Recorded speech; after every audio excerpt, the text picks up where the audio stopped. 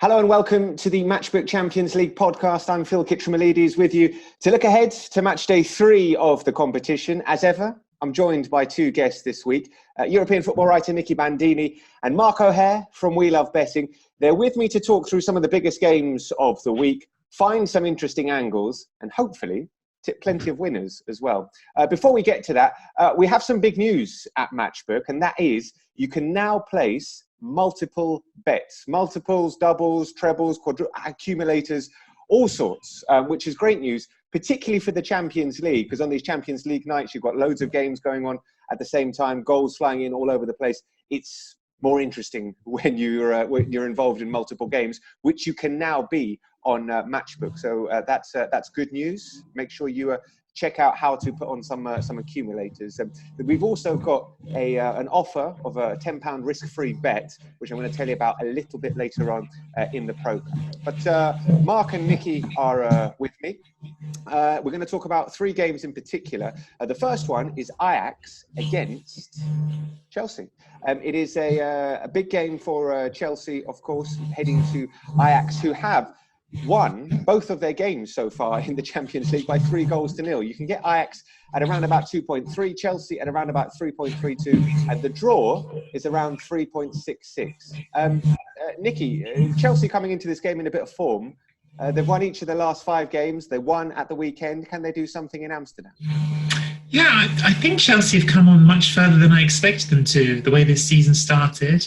The game against Newcastle at the weekend was not an overwhelming performance by any stretch, and I think that you're not going to get overwhelming performances out of Chelsea at the moment, but to a degree that perhaps I didn't think was going to happen. I think Lampard has made them solid very quickly.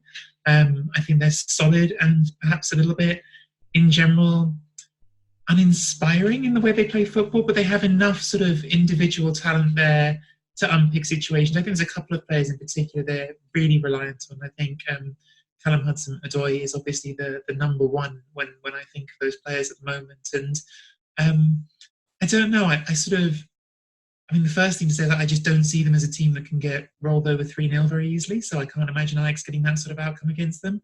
I think this Ajax team, whilst it is still very good going forwards, whilst it still is steamrolling the Eredivisie at the moment and has started so well in the Champions League, I don't see that it's a better team than it was last season in the Champions League. You've taken away some great pieces.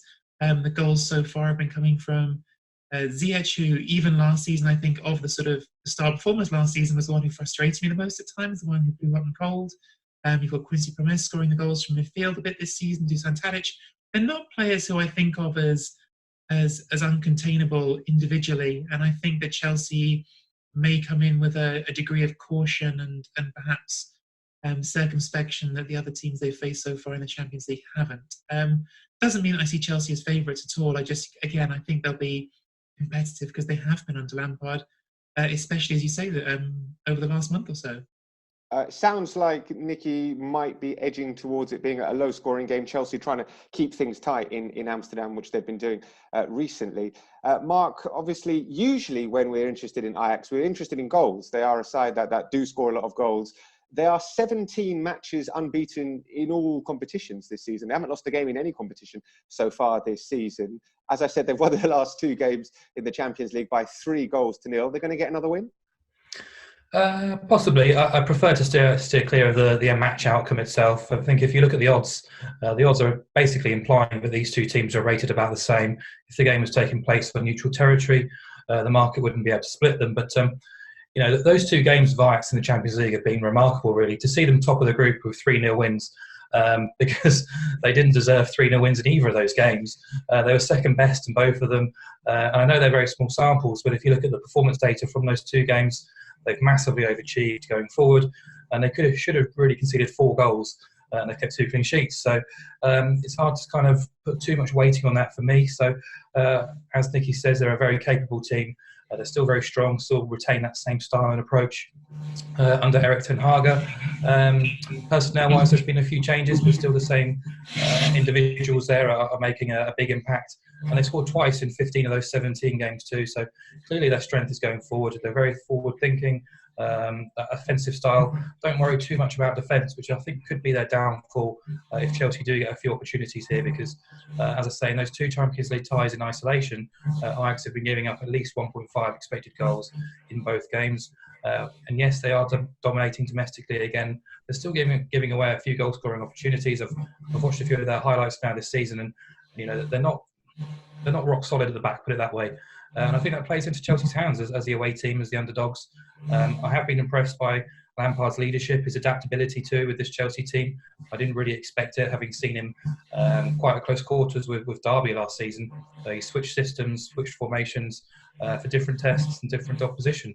I think this Ajax team present a few new problems for him, so I'll be interested to see how he'll react with his team sheet here. But I do expect Chelsea to create chances, and likewise Ajax as the home team should really come out firing. So this worked well for Chelsea when they went away to Lille in the last game on Saturday. Yeah, they weren't massively inspiring. They got the job done. They did create a few opportunities, but for me, this is all about goals. Chelsea going forward, I have no issues with them at all. Defensively, I do, just through team news and injuries, really. Christensen, Azpilicueta, Kante, Emerson Palmieri, Rudiger, they're all potentially out or out, doubtful, whatever you want to call it. But if any of those half a dozen players are missing on Tuesday night, they're going to be plugging holes with square pegs, really. And I think Ajax got a good opportunity to get a couple of goals themselves. So I'd stick there with the match odds and probably go more towards the goals angle. If you can get over 2 3/4 goals, around 1.85, 1.9, I think you're in a decent position. Okay, yes, Ajax generally are a team that we can rely upon to provide goals in the Champions League. Certainly both their games this season have got over 2.75 goals. So let's see if that trend continues against Chelsea. Another game that we want to talk about, and before we started recording, we were talking about the games that we were interested in, and Inter against Borussia Dortmund in Group F looks a pretty tasty game. Inter, they've only got 1 point from their 2 matches. They drew with Slavia Prague on Matchday 1, which was a bit of a shock, a lot of a shock, and they almost lost as well. They needed a late equaliser, although they did then almost win late on. And they lost at the Camp Nou against Barcelona in Matchday 2, despite absolutely outplaying Barcelona in the first 45 minutes. It was absolutely sensational what they did. Obviously, I live and work, I'm based in Spain, and I can tell you that the Spanish press were really impressed with Inter Milan and not that impressed with Barcelona. Anyway, you can get Inter at around about 2.46 to win. Dortmund are 2.96. They've got 4 points from their 2 matches. They drew 0-0 with Barcelona and beat Slavia Prague 2-0 on Matchday 2. You can get the draw at around about 3.6. Nicky, tell us about Inter. They had a crazy game in Serie A at the weekend, but they played so well against Barcelona on Matchday 2 for the first 45 minutes. Yeah, it's interesting, isn't it? Because I think prior to that game, it already looked like a classic Conte season of dominating domestically and not being able to do things in Europe. But that Barcelona game was, as you said, astonishing. And I think so many individual performances that really sort of stood out in that game. But unfortunately, the one that for me stood out the most, same player who stood out the most for Inter all season so far, is Stefano Sensi. Now, Stefano Sensi is not going to play against Dortmund. I think he's been arguably the revelation of all of Serie A so far this season. He's someone who is a young and talented midfielder, and we knew that he was something. He got his break for the Italian national senior team last year, but 24 years old, so not sort of someone who's a real kid, like, for instance, Barella, who was signed this summer to play alongside him, someone who played in a deeper role, mostly Sassuolo as a regista, and for Conte at Inter has really been going box to box and breaking the lines and been so effective in that area. Should have had a penalty against Barcelona as well, which would have very possibly changed the outcome of that game. He's not going to play. He's injured, and I think that's a huge loss for Inter in this game. Doesn't mean they can't get something against Dortmund. I think you get this sort of immediate sort of focus point for me, which is that sort of dazzling attacking trio for Dortmund going up against what has been the best defence in Serie A so far this season until this weekend. Now you're looking at a back three of Godin and Skriniar and De Vrij. It's a really strong back three that has allowed Conte to go straight to a very familiar 3-5-2 shape. And Godin was rested this weekend against Sassuolo when they conceded 3 goals. So read into that what you will. I think it's probably stating too much to suggest that he's been the key element. Certainly his replacement Bastoni is young, is inexperienced, but it was, as you mentioned, quite an odd game against Sassuolo. Inter were 4-1 up and running away with it. They got a bit too comfortable, I think, and sat back. But if you take away that game, I think Inter had conceded, I'm trying to think if it was it, so 4 goals in total in Serie A before that game, and then take away the game before that, which against Juventus, of course, the best team in the division, and it was only 2 goals conceded in 6 games. They have been very tight defensively under Antonio Conte, and for me, that's definitely going to be the key to this game, is whether or not they can be as effective defensively against that great Dortmund front three. Now, of course, because of the results you've already mentioned, Inter are definitely under pressure here. I think they have to get a result, and perhaps that influences the way they play, but I definitely don't expect to see them in a particularly adventurous mode. I think they're going to be very much relying on that defence to give them a platform and then see what you can get up front. Because, again, they have difference makers up front now. Lukaku showed his good side against Sassuolo this weekend, really throwing defenders around, scoring goals. But I think Lautaro Martinez is really, really starting to show some stuff this season as well. I think he's a really talented striker. So the Conte game plan, I think, if it goes the way he wants it to, will look like a very, very tight defence, and then taking the few opportunities you can get yourself because you have attackers you trust to do that. That was more or less, I think, the plan against Barcelona. Genuinely, they could have been 3 or 4-0 up at half-time. It was only 1-0, and then they ended up losing by 2-1. But it was a very impressive away performance in the Champions League and Matchday 2. Mark, you watch a lot of Bundesliga. You watch a lot of Dortmund. Generally, they can be relied upon for goals as well, much like Ajax, who we were talking about. What are we thinking for this game? Yeah, I find this quite a tricky one to call. I echo both your thoughts there about the game of Barcelona. I thought Inter absolutely fantastic. I didn't see that performance coming at all. Matchday 2, I was talking about Barcelona for that game, and I was horrified by the first 45 minutes, but that was all down to Inter, really. And Inter played well, I thought, against Juventus before the international break. And again, on Sunday, played very well until they sort of took their foot off the pedal. I know there were players missing and a few players chopped and changed with this match in mind, but Sensi is a massive blow, and I kind of had an asterisk down here by his name because I wasn't sure whether he was going to be back in time. If he is going to be fit, or if he was going to be fit, I think Inter +0 on the Asian handicap, the same as a draw no bet angle here, was the best play here. But if he's out, then I'd have to probably have a rethink and see what the team news is like. But Dortmund, I watched the game against Gladbach on Saturday, the sort of top of the table clash in Germany. They weren't that great. They're quite unconvincing, that 1-0 win. Gladbach opened them up numerous times, had plenty of opportunities to score a couple of goals. Lucien Favre, the Dortmund coach, he actually he switched system to a 4-4-2 for that match, and he's under increasing pressure at the moment. Surprisingly, there's even talk about him losing his job if results don't improve quick, because they have been letting leads slip and conceding plenty of goals in Germany at the moment. They didn't look like the slick, well-oiled machine going forward on Saturday. Maybe that's just because it came immediately after an international break. I'm not sure, but there's certainly vulnerabilities about them, mainly defensively. I know they brought in Mats Hummels in the summer to try and add a bit of leadership to that team, but still elementary errors are just letting them down too consistently, really. Their win in Prague was pretty unconvincing. As I say, against Gladbach on Saturday, they gave up almost 3 expected goals. That was only their 3rd win in 8, and in this competition, they've lost 6 of the last 10 away from home too. So I wouldn't be too confident with Dortmund getting a result here, but obviously Sensi sort of tips the balance into a bit of a tight match here, but I'd still favour Inter just. Okay, maybe check out Inter draw no bet then in that game. Another big game, and one that could be absolutely full of goals, is Magister City against Atalanta in Group C.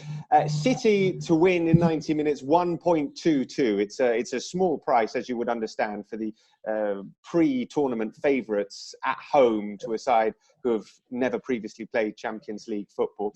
2 wins, 5 goals scored and none conceded for City so far in the Champions League this season. Atalanta, you can get them at 13.0 to win at the Etihad. They've lost both of those matches so far that they played in the Champions League, although they were a little bit unlucky perhaps against Shakhtar on Matchday 2, conceding a late goal to lose by 2-1. You can get the draw at 7.5. So, Nicky, tell us why Atalanta are going to go to the Etihad and pull off a huge shock. Oh, I wish I believed that could happen. Look, Atalanta is still, I think it would be really easy if you were not a Serie A follower to look at their results in the Champions League and go, okay, this is a classic fairy tale story, a team that had its one season, got into the Champions League, wasn't really supposed to be there and is now being exposed massively. The first game against Zagreb was absolutely embarrassing for Atalanta. They were awful.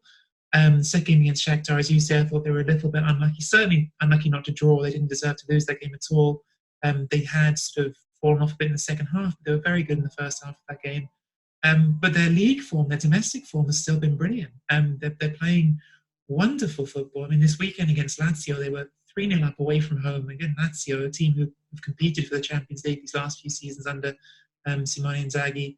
And that's without Duvan Zapata, by the way, who's injured, their number one goal scorer, their best centre forward. And if you look at the first goal they scored against Lazio as well, I think really sort of encapsulates the sort of fast, attacking, quick football they can play. Robin Gosens exchanging with Paslic down the left wing. Paslic does a first-time back heel. Gosens flicks it over the defender, hurdles him, cuts inside, and then almost without looking, plays his cutback to Luis Muriel, who is Zapata's replacement, who buries it. It's just spellbinding football from them in the first half of this game. Funnily enough, just like Inter, they were in complete control of the game, 3-0 up, and then, unlike Inter, didn't hold on to it. They drew 3-3. Probably the most concerning note out of all of it, actually, that Papu Gomez looked pretty spent at the end of the game and was almost a passenger. They used all their subs, and I hope he's going to be going at full speed against City, because he's such a hugely important piece for them as the conductor behind the attack. They absolutely can play football. They absolutely can play brilliant attacking football, and they're capable of going to Manchester City and scoring goals. They have been, unlike Inter, who up until this weekend have been good defensive season, Atalanta are pretty catastrophic defensively at the moment. It's hard to put your finger on exactly why they did sell one really important defender over the summer, and Mancini, who went to Roma, but that was really their only big sale. But the defence has been bad this season.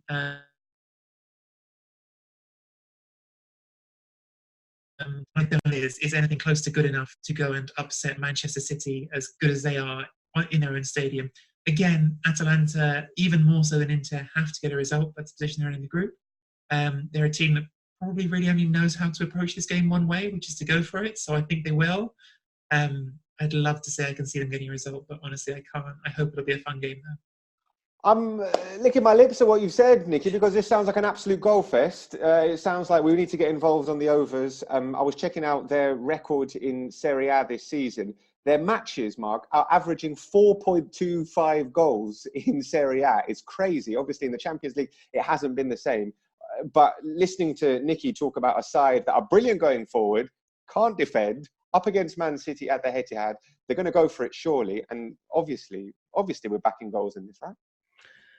You say obviously it's just the goal line. The goal line, the market knows all about it, Phil. So yeah. You've got to take over 4 goals essentially to get anything near odds against, which is kind of unheard of really. It probably will cop, but I think if you're hoping for 5 goals or more to get a payout, it's not really for me. So I found an alternative angle, because I like Atalanta in this game.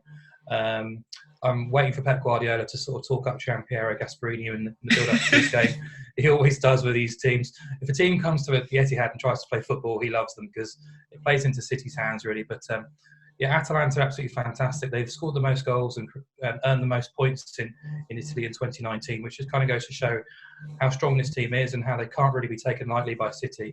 I just have to worry about where they are in sort of their headspace. Gasperini said last week that they were going to go to the Etihad. They were up for it. They were going to go all out for it because they know they need the results. And I was wondering whether they might just see the position in the group, realise they've got to play City twice now, and almost kind of just down tools and focus on the league. But by the sounds of it, he's quite keen to give this a really good go. And with that in mind, I think Atalanta, if you get them on the Asian handicap plus 2.25 goals, they can lose by exactly 2 goals or less, and we get paid, which I think is a great position to be in. We'll only lose our stake if City win by 3 or more goals, which of course is possible. But City's defence at the moment, they played Rodri and Fernandinho at centre half of the weekend. There's clearly issues there. They've conceded plenty of goals with Laporte missing. And I just worry about them defensively. Nicky's already talked about how brilliant Atalanta are going forward. They're fantastic in possession. They generate many goal-scoring opportunities. And if they do score at the Etihad, and I expect them to score, City are going to have to score 4 goals to see this bet lose, which, again, is possible. But I think if you're relying on a team to score 4 or more goals to get paid, you're in trouble. So, Zapata is injured. Luis Muriel stepped in on Saturday, got a goal. And I just love the look of that attacking team. Ilicic was rested on Saturday. He should come back into the team. Obviously, you want Papu Gomez to be fit too, but City have only faced 8 shots in their 2 Champions League matches so far, which is 7 fewer than in any other team. But I don't think they're going to come across a more attacking team in the competition right now than Atalanta, and I think they're a good thing to have on a big handicap start because I don't expect them to win, but I think their chances to win are a lot better than the odds suggest, at least. So obviously massively disappointing in the first 2 games. The Dinamo Zagreb match was a disgrace, but the second game against Shakhtar, they were much more like themselves, and as they've shown in Italy, they're very capable. And if they do come here with the right attitude, I expect them to give City problems. I think 6 of their 8 games in Serie A have gone over 3.5 goals. And you can get over 3.5 goals at 1.81, Mark. Okay. Is that not tempting? It is. That is. Yeah. When you put it like that, I looked earlier and I thought the line was 4, which kind of turned me off immediately. But if you can get anything like over 3.5 goals at 1.8 or bigger, absolutely take it. Good. I'm glad I found something that you could get involved with. So there we go. We're looking forward to that game because it does sound like it is going to be a pretty exciting game. I mentioned at the top of the program that we've got a sign-up offer to tell you about. You can get a risk-free £10 bet. You create your account, you deposit funds, find the market you want, you place your first bet, and if that bet loses, we're going to refund your stake a maximum of £10. With that in mind, guys, imagine I'm Matchbook, you've signed up, I've just given you a risk-free £10 bet. Who are you putting that risk-free £10 bet on in the Champions League this week? Mark, who's your tenner going on?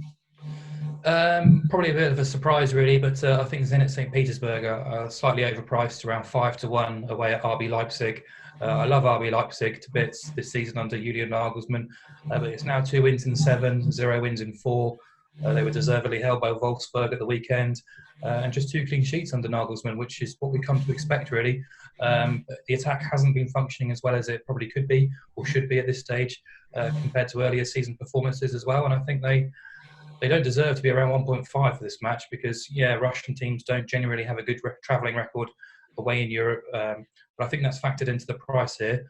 Zenit have been playing really good football. They've got a front 2 in Azmoun and Zuba, who are very capable of causing numerous problems to a Leipzig team who are still figuring out their defensive structures. So Zenit got a decent draw away at Lyon on Matchday 1. I don't think they should fear a trip to Leipzig, who are beaten at home by Lyon and scraped an undeserved win away at Benfica either. So I think 5-1 is a bit too big. So if it's risk-free, I'd be having it on a 5-1 shot like Zenit. Okay, fair enough. That's a tasty-looking price as well. Nicky, you fancy RB Salzburg? Yeah, and I haven't been as good as Mark. You're getting the numbers up in front of me, so I might need you to quote the odds for me here. But yeah, I do. I just have a little bit of reservation about Napoli at the moment. They're not playing terribly. We've seen the very best of them, I think, in the Champions League in the first game against Liverpool, but they followed that up immediately, as they did last season in the group stage, beat Liverpool, then draw an away game that you should win in the group. And I think Salzburg are just this slightly underestimated quantity in the group at the moment. I mean, they did very nearly get a result at Anfield, and they're being treated as underdogs on their own patch. They've been scoring goals by the hatful. Napoli domestically have conceded quite a few. They've conceded 10 goals already in 8 games. The goals have been coming in fits and starts for them. They've got a lot of players who can score goals, but nobody who quite feel 100% certain will score goals for you at Napoli at the moment, between Mertens and Milik and Llorente and Insigne. They're all players who you know can, but sometimes when it's not happening, you're not quite sure who you're looking to definitely do it for you. And I'm a little bit nervous for Napoli. I think they've perhaps been treated as, after that result against Napoli, it's been treated as if they're just going to sail through this group, and I'm not certain that's true at all. So as home underdogs, I think Salzburg have shown enough in this group already to make me think that it's possible. You can get them at 2.67 to beat Napoli at home. As you said, they are outsiders in their own stadium. Napoli at 2.53. So that's who Nicky is backing with her free £10 bet. Well, risk-free £10 bet. I've got to tell you the terms and conditions as well. New customers only. If your first bet loses, we'll refund your stake up to a maximum of £10. Bets must be placed within 7 days of signing up. ACCA bets do not qualify for this promotion. You must obviously be over 18 years of age. For more information, matchbit.com/promo/sign up offer. So that's what the guys would do with a risk-free £10 bet. Before we go, as we always do on the program, we get the guests' best bet of the week, not the one that they put a risk-free £10 bet on. The best bet, the bet that they think is definitely going to win, or not definitely, obviously, but the bet that they are confident could win. Mark, what is your best bet of the week on Matchday 3 of the Champions League? I've got three, if I can be quick. Okay, yeah. One we've not mentioned, Shakhtar Donetsk hosts Dinamo Zagreb on Tuesday night, I think it is. They're around 1.75, which is too big, really. They're a very unpredictable team, very hard to second guess usually. But they're Champions League, if you go by the Champions League results over the last 2 or 3 seasons, but they've not had it easy in terms of their group stage opposition for a while. Largely have been competitive and difficult to beat, but this is probably their softest fixture for a long time. Zagreb have lost their last 13 away in this competition, scored 1 goal in the last 10 away in this competition, and only had 8 shots in those games as well. I think 1.75, you're looking at Shakhtar being a 57% chance here. I make it closer to 65%. If you look at the 2 teams and the 2 leagues, Ukraine and Croatia, in terms of UEFA coefficients and ELO ratings, there's a big gap between the 2. So I expect Shakhtar to make home advantage pay there. I'd also go back to the Ajax Chelsea game. I think over 2 3/4 goals there is a great bet. And I'm just going to chuck in the over 3.5 goals Man City Atalanta after you thankfully pulled out the price there for me, Phil. So yeah, those 3. No problem. Yes, you're absolutely right, by the way. Dinamo Zagreb away from home in the Champions League, their form absolutely horrible. So if you can get 1.75 for Shakhtar, that does look like a great bet. Nicky, what's your bet of the week? Going to go with Mark on the goals in Man City Atalanta. All the reasons we discussed already. I think that's definitely going to be a high-scoring game. Okay, there we go. Guys, thank you very much for joining us. That's all we've got time for on this edition of the Matchbook Champions League podcast. Remember to subscribe to the Matchbook Betting podcast on your preferred podcasting app. We will be back before Matchday 4 of the Champions League to preview those games, so make sure you join us there.